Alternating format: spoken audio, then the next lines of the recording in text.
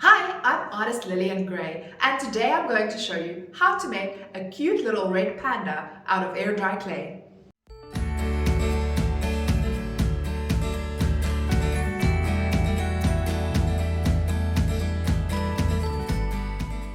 So I'm using Dala's Airdryclay, which for me is by far the greatest Airdryclay that I have played with. You can shop it down below, just click on the link in the description, and there's also a beautiful clay tool set that's quite affordable and easy to work with.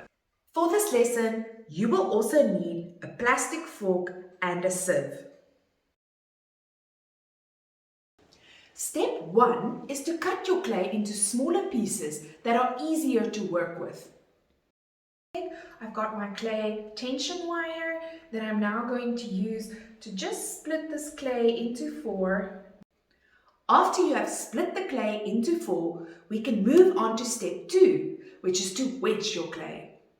I am kneading it almost like it's bread dough. Okay, you want to avoid bringing too much air into your clay and trapping some air bubbles, because that will make your clay burst and crack, and that's really not what we want. Air is the enemy of clay. And I'm going to have a nice, soft, malleable ball of clay to start building the cutest red panda. Step 3 is to start shaping your basic shapes. Clay is very much like drawing. We use 5 basic shapes to construct a drawing when we draw, and the same happens when we do clay. Here you can see how I've simplified my little sleeping red panda into basic shapes. I'm going to be having like quite a big triangle for its face. I'm going to have 2 more triangles for the ears, and I'm going to have a big body which we're going to shape after this, and I'm going to have a tail. I'm not going to be seeing its legs in the little sculpture that I want to make. What I would like to create is a little red panda sleeping in a tree. When making your basic shapes, always consider your proportions. How big should the head be? How big are the legs and the arms in relation to the body? Are they all the correct size? So here's my basic shapes. This will be my body, my head, my ears, and my tail. So a red panda to me looks like a little combination between a fox, a raccoon, a little bear, a cat. It's just this fusion of cuteness overload. Red pandas are highly territorial and live a solitary existence, except during mating season. They love being active at night. Red pandas live in the eastern Himalayas and southwestern China. I had the opportunity to see them play in the New York Zoo when I was visiting New York, and I just instantly fell in love. Sadly, they are classified as endangered. There are fewer than 10,000 red pandas in the wild.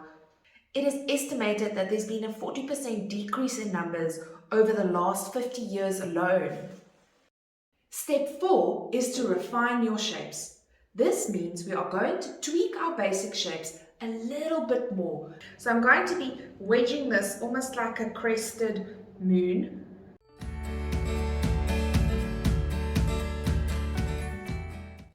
Step 5 is to join some of our basic shapes together. We're going to be joining the tail with the body and the ears to the head.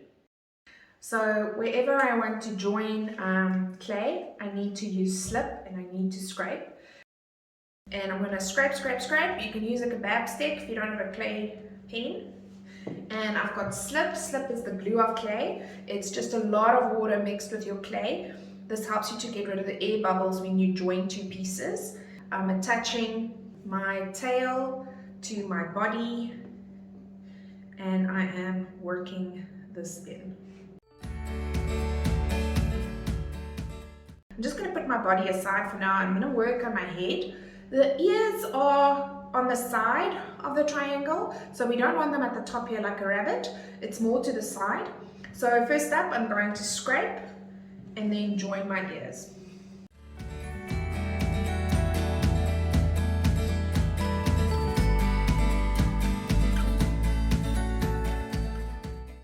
Step 6 is to add the facial features.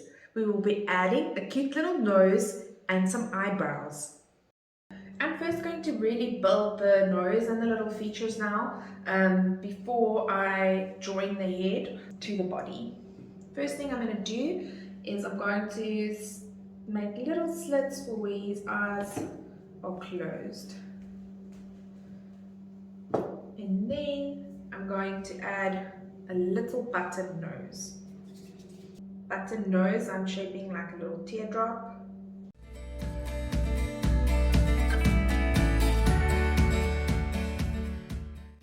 They have very cute little eyebrows. They look like an old man. I believe Sifu from Red Panda is also a red panda. I'm going to make the eyebrows now. They're just two little fat little worms.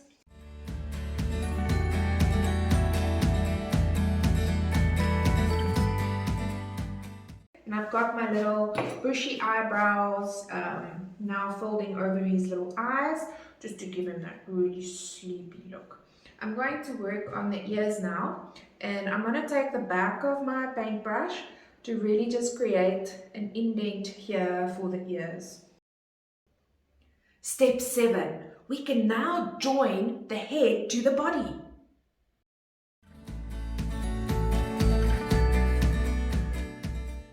Okay, when I place him, I'm going to make sure that the head is resting at the angle that I want. At the back of the neck, there might be a gap, so I'm just going to make a little worm where I'm going to adhere just a little bit extra support.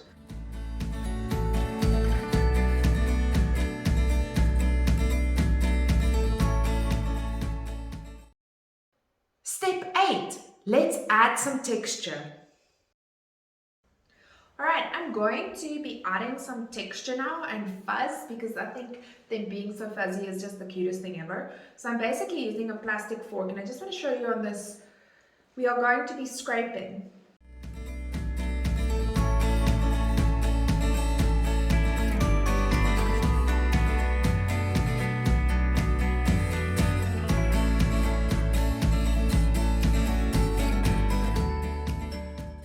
I'm also going to show you a nice trick now on how to add little extra fine hairs if you want to. I'm going to be using a kitchen sieve, and all we're going to do is we're going to take some clay and then push it through the sieve.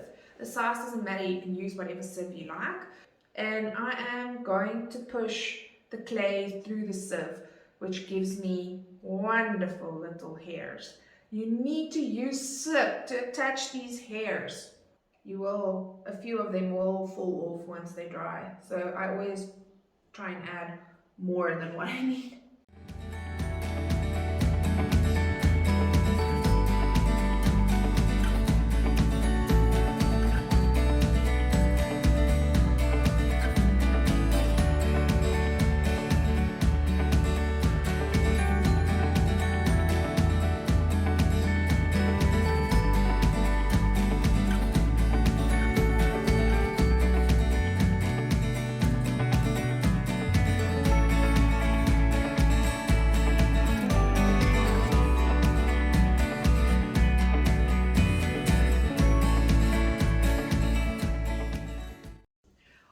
I've decided to call it Rory the Red Panda, and we're going to put Rory on a plastic plate so that she can get ready for hibernation. And I'm just going to gently take it off, make sure you didn't damage anything. And we are going to cover her with plastic. We want Airdryclay to dry extremely slow, especially for the first 3 days. It has to lose moisture slowly, otherwise it cracks. So we're just going to wrap her in plastic, put her in a cupboard. After 3 days, take off the plastic, let her get some airflow through the cupboard, and then take her out and just put her in a room. Never dry your Airdryclay in direct sunlight. It will be a crack fest, and you don't want that. And that's it for our lesson on how to create an incredibly cute, textured, red little panda.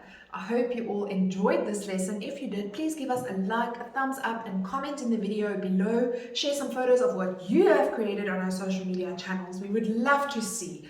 And stay tuned for the next video so I can show you how I finish off Rory the Red Panda. I'm artist Lillian Gray, and until next time.